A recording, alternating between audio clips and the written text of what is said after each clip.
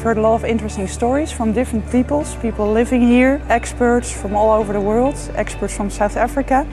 And what we've noticed is that there's been a lot of concern about day zero in Cape Town, so risk of all the water being finished for the people living here. This was a multi-year drought that was affecting Cape Town over the last 3 to 4 years. So we did have similar droughts in the 1920s and in the 1960s, but what makes this one so different is that the city of Cape Town has grown tremendously since the year 2000. So the water demand is just so much bigger than what it was when we had similar droughts in the 1960s and 20s. From a climate change perspective, the science tells us very clearly that these types of droughts are likely to occur just more and more frequently in this region as we move deeper into the 21st century. The main problem here is that climate change projections are providing us with robust evidence that we can expect rather significant decreases in rainfall in Cape Town under low mitigation futures. You know, if we sit with 100 years of data, and my findings is without any doubt that you can't see any change whatsoever. Okay. But what is 100 years in the bigger picture? Got no intention to make a ruling that I believe or don't believe.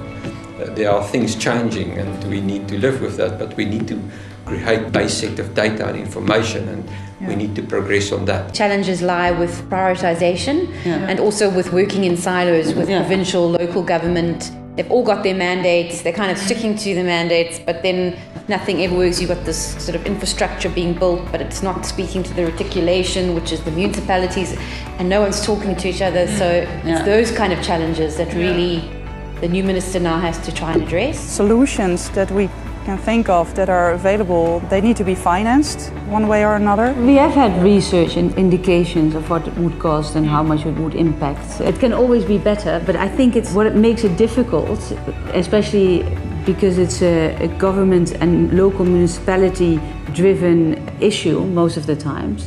They have so many things on the plate. The institutional challenges resulted into a slower response.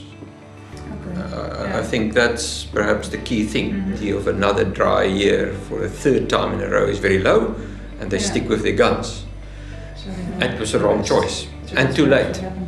I realized that this problem is not new, it's been happening for many years. So for us as young students, being able to know how to adapt to climate change is very integral, because many young people should get this opportunity because it will really aid us in the future. But if you go into communities, the communities that aren't as well informed, they don't actually know that day zero is looming. I mean, you'd see it as a news headline, but you wouldn't actually understand the concept. You just knew that day zero was the day that water would be cut off. Both in terms of water availability, the different water sources and how they can use them, but also maybe more on the economic developments. Are they choosing for agricultural sector or really for the city? How can this be combined?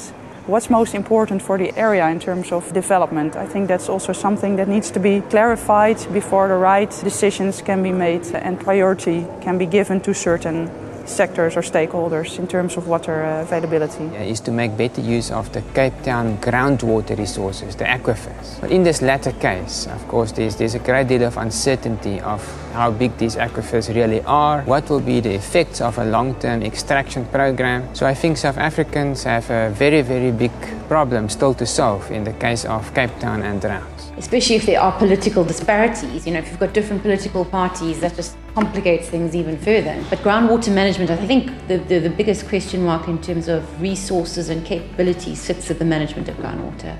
It's an emergency step, but where is the long-term strategy of bringing in desalination? They've got the planning, they've got everything. There is a higher risk that we are going to run into variability, and therefore we must make a plan A, B and C. During the drought, people have started more and more to pump groundwater. But the problem is that they do not really know much about the groundwater, how much there is, how much can be abstracted in a sustainable way. And all the pumping that's being done, it's not monitored in any way. But I think the critical thing here is to realize that from a climate change perspective, we can expect more of these multi-year droughts occurring at smaller and smaller return periods. So one thing that is very clear is that Cape Town needs a major adaptation intervention. It may be good also for raising awareness in a broader sense for governments, that it's very clear what's the effect if nothing is done. So if they leave the situation as it is, it will probably affect the area a lot, also in terms of economy, but the environment as well. Which people are affected,